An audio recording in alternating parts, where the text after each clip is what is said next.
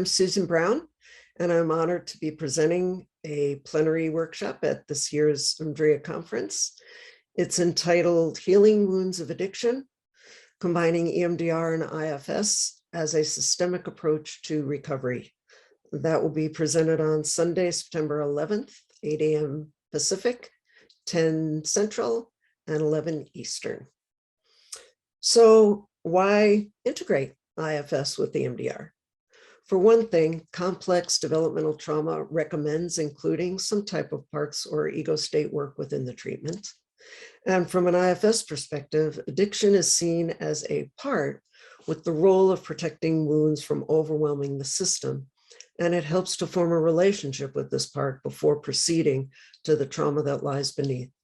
And maybe most important, gaining permission from protective parts prior to engaging work with those core wounds provides additional safety and stabilization throughout the 8 phases of EMDR.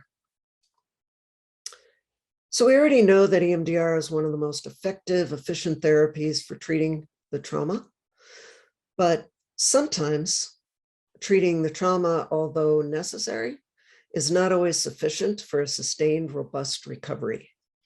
Those of us who work with this population have witnessed what appears to be the total irrationality of continuing a harmful, sometimes life-threatening behavior, despite the person's sincere desire to stop.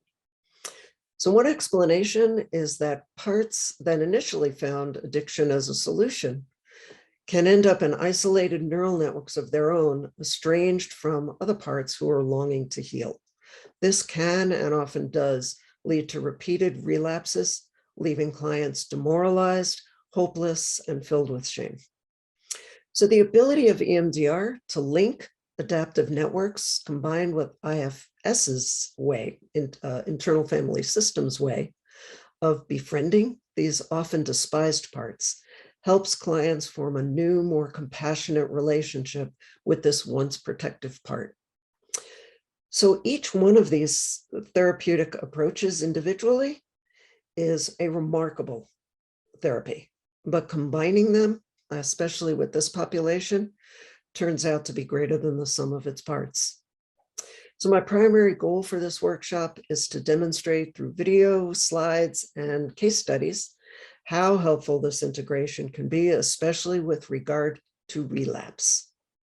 My hope is that you'll be inspired to learn more about using this integration, because addiction has always been notoriously difficult to treat, and this combination has really shown great promise.